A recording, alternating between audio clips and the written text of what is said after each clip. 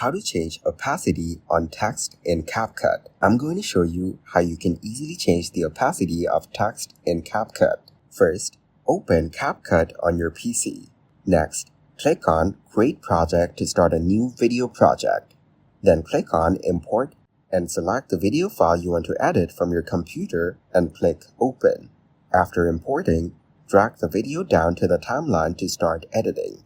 Now go to the top left side and click on Text. Then click on Default Text to add text to your video. Drag the default text down to the timeline and place it where you want the text to appear in your video.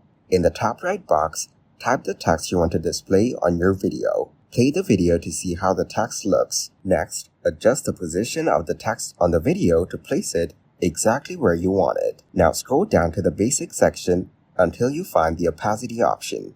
Use the slider to adjust the text opacity to your liking. Finally, play the video again to check how the text looks with the adjusted opacity. If needed, you can tweak the opacity further until you're satisfied. Once you're happy with the result, you're done.